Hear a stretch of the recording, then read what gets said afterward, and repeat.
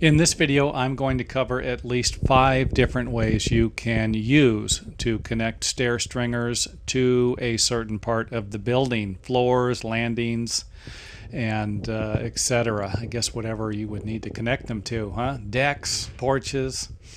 Anyway, let's start with the first one here, and this is a common method, and I would say the most common method used for connecting stair stringers to a concrete surface, like the interior of a home. This might not be the most common way that you would use on the exterior. But again, like I said, there are plenty of other ways. These are only going to be 5 of them.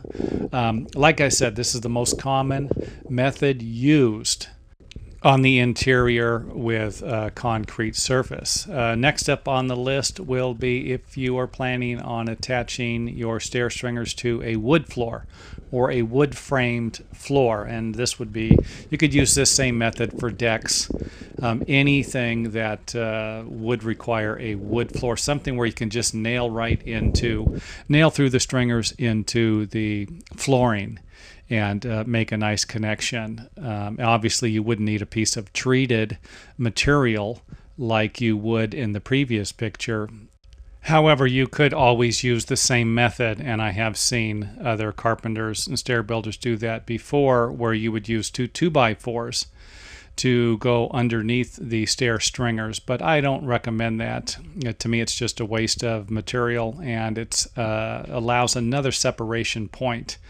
If you think about it here, you have only one separation point. The stair stringer itself can actually separate from the flooring, the plywood surface or the OSB surface. If you add 2x4s and you fasten the 2x4s to the floor and then you fasten the stringers to the 2x4s, now you have 2 areas that could separate in the future, cause squeaking. It's just adding more potential problems. The more connections you have, the more problems you could potentially have with each one of those connections failing.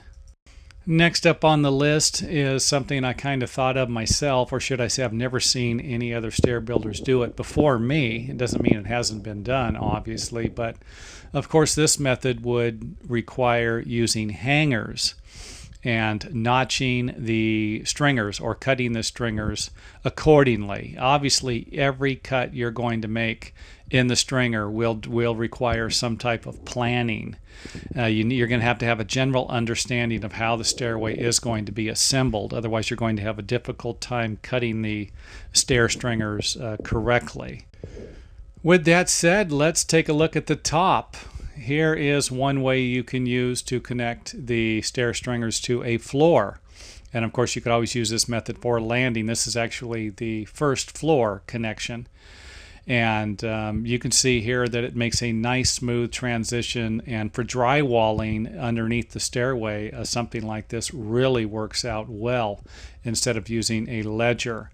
Next up on the list is the actual ledger. This, of course, would be the most common way to connect a set of stair stringers to a floor or a landing. And that, of course, is just using a 2x10 or a 2x12, nailing it to the wall and attaching the stringers to it. Now, I have actually seen cases where people have nailed the stair stringers to the framing, and you're probably thinking, hey, wait a minute, didn't you just say that fewer connection points will always be better? And again, this is going to work out fine. You can use that method, that particular statement, as long as you have a solid surface to work with. If we're going to set our stair stringers on top of a floor that is a solid, flat surface, this gives us plenty of room. We can lay our stringers on it, in a large area and still have them setting flat on a solid surface. And that's not going to be the case all the time if you don't use a ledger.